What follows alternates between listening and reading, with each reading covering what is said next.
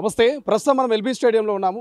AICC నేత ఇక AICC సంబంధించి అధ్యక్షుడు మల్లికార్జున ఖర్గే ముఖ్య అతిథిగా ఎల్బీ స్టేడియంకి రాబోతున్నారు రేపు. సో ప్రధానంగా గ్రామ అధ్యక్షులు ముఖ్య అతిథులుగా ఇక్కడ వీచేస్తున్నటువంటి మల్లికార్జున ఖర్గే గారి ఆధ్వర్యంలో వారందరూ కూడా రాబోన్నటువంటి లోకల్ బాడీ ఎన్నికలు కావచ్చు ఇతరితర అంశాల మీద ఒక దిశానిర్దేశం చేయబోతున్నట్టు తెలుస్తుంది. సో మాట్లాడదాం రేపు ఏ అంశాల గురించి డిస్కస్ చేయబోతున్నారు. ఇప్పటికే కల్వకుట్ల కవిత కూడా మరి మల్లికార్జున ఖర్గే గారికి ఒక లేఖ రాసినట్టు తెలుస్తోంది 42% రిజర్వేషన్ అమలు చేయాలని. సో మాట్లాడదాం. పిసిసి అధ్యక్షులు మహేష్ కుమార్ గౌడ్ గారు ఉన్నారు మనతో పాటు.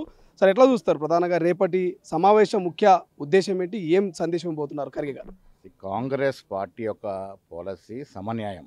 అన్ని వర్గాలకి, అన్ని ప్రాంతాలకి, అన్ని కులాలకి, అన్ని మతాలకి సమన్యాయం చేస్తున్నటువంటి పార్టీ కాంగ్రెస్ పార్టీ. 6 మాసాలుగా జై బాపు, జై భీమ్, జై సంవిధాన్ కార్యక్రమం విజయవంతంగా తెలంగాణలో జరిగింది. ఇవాళ ఆ సందేశాన్ని నేరుగా గ్రామ కమిటీ కాంగ్రెస్ అధ్యక్షులకు ఇవ్వాలన్న ఉద్దేశంతో వినూతనంగా మొట్టమొదటిసారిగా తెలంగాణలో ఈ కార్యక్రమం చేపడతా ఉన్నాం. గ్రామ కమిటీ అధ్యక్షులు, మండల కాంగ్రెస్ కమిటీ అధ్యక్షులతో పాటు మండల కమిటీలు, జిల్లా కమిటీలు కూడా వరకు దాదాపు 40,000 పైచులకు డెలిగేట్స్ రేపు వారి ప్రసంగాన్ని వింటారు. కొంతమంది జిల్లా కాంగ్రెస్ కమిటీ అధ్యక్షులు, కొంతమంది గ్రామ కమిటీ అధ్యక్షులు వారి యొక్క అభిప్రాయాలు చెప్తారు. ఇది ఒక వినూతనమైన సమ్మేళనం. ఇది ఏఐసిసి అధ్యక్షులు మల్లికార్జున ఖర్గే గారు సుదీర్ఘమైన రాజకీయ చరిత్ర, 60 ఏళ్ల పాటు ప్రజా జీవితం ఉన్నటువంటి వ్యక్తి.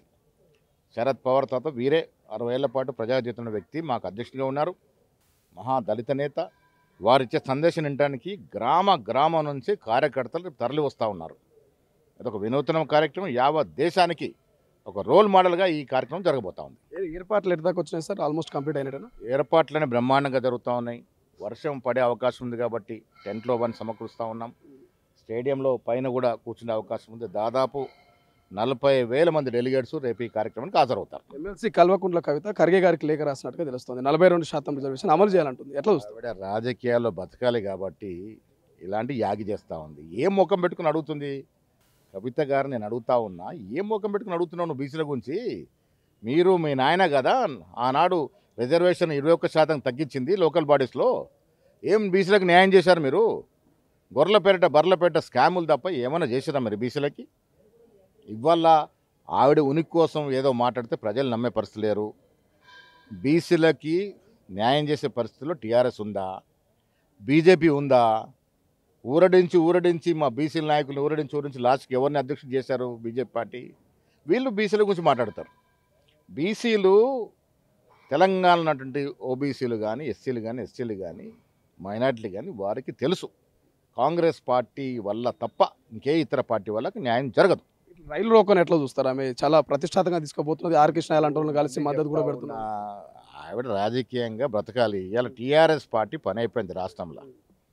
అన్న చెల్లెళ్ళ పంచాయతీ వల్ల ఎవరికి వారు మేము ముందంజలో ఉండాలని ప్రయత్నంలో భాగంగానే ఈ ప్రయాస అంతా కూడా. ఏది ఏమైనా రేపు టీఆర్ఎస్ పార్టీకి ఏ ఎన్నికైనా డిపాజిట్లు వస్తే ఎక్కువ.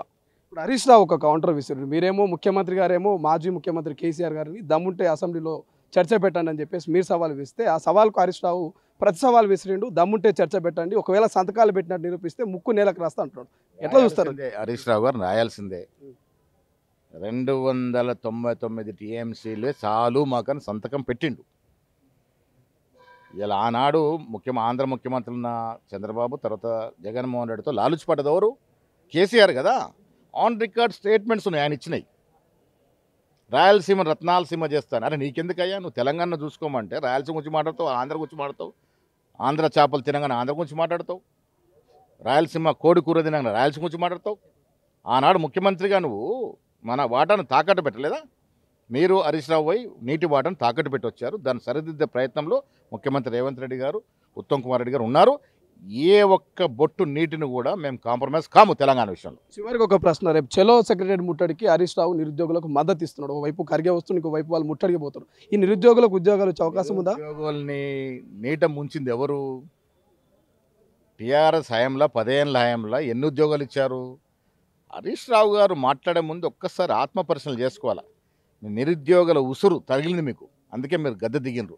ఇదే నిరుద్యోగులని ఉసుగొలిపి తెలంగాణ ఉద్యమంలో తెలంగాణ తెచ్చుకున్న మీరు ఎంతమందికి ఉద్యోగాలు ఇచ్చారు? మీ కుటుంబంలో ఉద్యోగాలు తప్ప. మీరు 10 ఏళ్లలో పట్టుమని 50,000 ఉద్యోగాలు ఇవ్వరు. మేము 11 మాసాల్లో 60,000 ఉద్యోగాలు ఇచ్చాం.